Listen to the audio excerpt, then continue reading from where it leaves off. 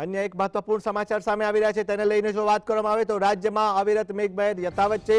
વિદાય વેળાએ ડાંગની વાત કરીએ તો ડાંગ જિલ્લામાં મોડી રાત્રે ધોધમાર વરસાદ પડ્યો છે। માછલી ખાતર, બાજ, આંબાપાડા સહિત અનેક જગ્યાએ જળબંબાકારની સ્થિતિ સર્જાઈ હોવાની વાત સામે આવી રહી છે। અનેક જગ્યાએ કોઝવે ઉપર પાણી ફરી વળતા રસ્તા ઉપર પાણી ફરી વળ્યા હતા, જેને કારણે જળભરાવની સ્થિતિનું નિર્માણ થયું હતું। તંત્રએ લોકોને નદી નાળા અને કોઝવે ઉપરથી પસાર ના થવા માટે અપીલ કરી છે। ડાંગ જિલ્લામાં મોડી રાત્રે ધોધમાર વરસાદ ખાબક્યો છે, જેને લઈને એક બાજુ બફારા બાદ ઠંડકનો અહેસાસ જોવા મળ્યો હતો, ત્યારે અન્ય ભાગોની જો વાત કરવામાં આવે તો માછલી ખાતર, બાજ, આંબાપાડા સહિતના જે અનેક વિસ્તારો જે છે ત્યાં આગળ ભારે વરસાદને પગલે જળબંબાકારની સ્થિતિનું નિર્માણ થયું હતું।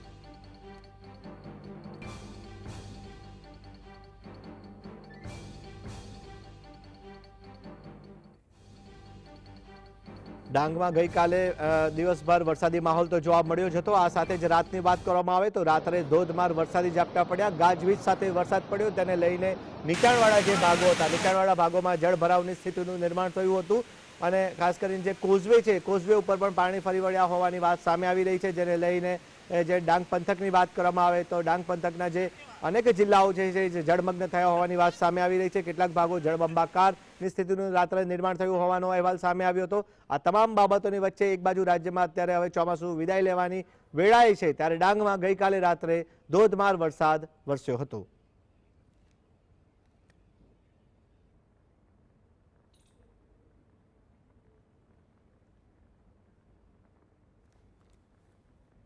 હવામાન વિભાગની આગાહીની જો વાત કરવામાં આવે તો હવામાન વિભાગ દ્વારા આગામી 7 દિવસ માટે રાજ્યમાં છૂટાછવાયા વરસાદની સંભાવના વ્યક્ત કરવામાં આવી છે, જેને લઈને દક્ષિણ ગુજરાતના કેટલા ભાગોમાં મધ્યમથી ભારે વરસાદ પડે તે સંભાવના પણ હવામાન વિભાગે વ્યક્ત કરી હતી।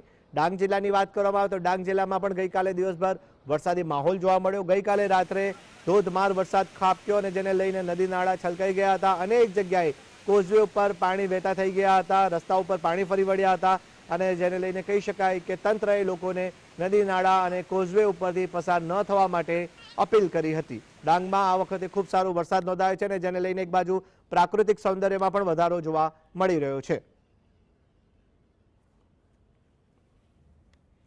વધુ જાણકારી માટે ફોનલાઈન પર જોડાયા છે સંવાદદાતા અનિલ। જી અનિલ, જણાવશો ડાંગમાં મધરાતે ધોધમાર વરસાદ વરસ્યો, કોઝવે ઉપર પાણી ફરી વળ્યા, શું છે વધુ જાણકારી?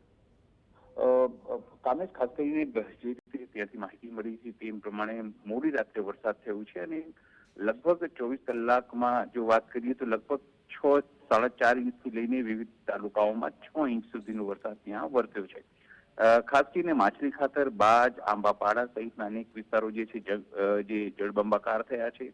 કોઝવે જે છે ત્યાં બંધ થઈ ગયા છે, એની ઉપર જે પાણી છે એ ફરી વળ્યું છે। સાપુતારાના વઘઈ જે આંતરરાજ્ય ધોરીમાર્ગ છે એના ઉપર પણ પાણી આવતા વૃક્ષો ધરાશાયી થતા વૃક્ષ જે વાહન વ્યવહાર છે તે છે લગભગ બંધ થઈ ગયું છે। અંબિકા, ખાપરી, પૂર્ણા નદી જે એનો કેચમેન્ટ એરિયા છે તેમાં આંતરિક ગામો છે એમાં પણ જે ગામો છે સંપર્ક વિહોણા થયા છે। બાજ ગામે પૂરના પાણી આવતા અનેક ઘરોમાં જે છે એ પાણી ઘૂસી ગયા છે અને એના કારણે મુશ્કેલી સર્જાઈ છે કે કઈ રીતે લોકોને ત્યાં રાહત મળે તેના માટેનું તંત્ર જે છે તે અત્યારે એક્ટિવ ત્યાં થયો છે।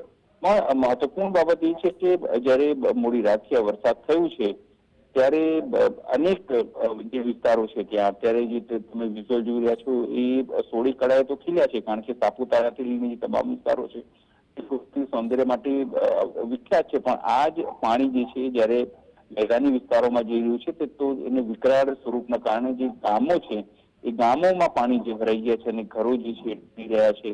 તંત્રે ત્યાં અને ખાસ કરીને જે એલર્ટ આપ્યું છે એને લઈને જો હું તમને વાત કરું તો જિલ્લા કલેક્ટર તરફથી જે એલર્ટ આપવામાં આવ્યું છે કે કોઈને પણ તમામ વિસ્તારોમાં નદી છે જ્યાં પાણી હોય કે નદીનો વિસ્તારો હોય ત્યાં ન જવાની સૂચના આપવામાં આવી છે। જે માર્ગો બંધ કરવામાં આવ્યા છે ત્યાં કોઈ પણ પ્રકારનો દુસ્સાહસ ન કરવાની સલાહ આપવામાં આવી છે અને જરૂર પડે આ વિસ્તારોમાં જે તાલુકા કક્ષાના અધિકારીઓ તેમને પોતાના નિર્ણય કરીને સ્કૂલ બંધ કરાવે તો સ્કૂલ અને જે કરવું એ કરવા માટે સૂચના અપાઈ છે। બિલકુલ અનિલ, અહીંયા એક પ્રશ્ન એ ઉપસ્થિત થાય છે, 24 કલાકની વાત કરવામાં આવે તો ડાંગ અને આહવામાં સૌથી વધુ 4.5 ઇંચ જેટલો વરસાદ પડી ગયો છે. આ ઉપરાંત સુબીર જેવા તાલુકામાં પણ સરેરાશ 24 કલાકમાં 2.5 ઇંચ જેટલો વરસાદ નોંધાયો છે.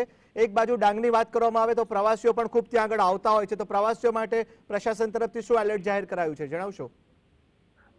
ખાસ કરીને જે તમે કીધું એ પ્રમાણે કે જે 24 કલાકના હવામાન વિભાગે જે આગાહી આપી હતી તે પ્રમાણે જો માત્ર 6 થી 8 ની વાત કરીએ તો લગભગ 2.5 ઇંચ જેટલું, 2.25 ઇંચ જેટલું વરસાદ વરસ્યો છે. એવી રીતે નર્મદાની વાત કરીએ તો તેમાં પણ જે વરસાદ થયો છે, તાપીની વાત કરો, વલસાડની વાત કરો, એ તમામ જે વિસ્તારો છે ત્યાં મોટા પાયે જે છે ત્યાં વરસાદની જે સંભાવના છે ત્યાં અત્યારે દેખાઈ રહી છે. 24 કલાકની વાત કરીએ તો દક્ષિણ ગુજરાતથી લઈને સમગ્ર જે આદિવાસી પટ્ટો છે ત્યાં અને મધ્ય ગુજરાતના કેટલાક જિલ્લાઓમાં પણ વરસાદની આગાહી કરવામાં આવી હતી.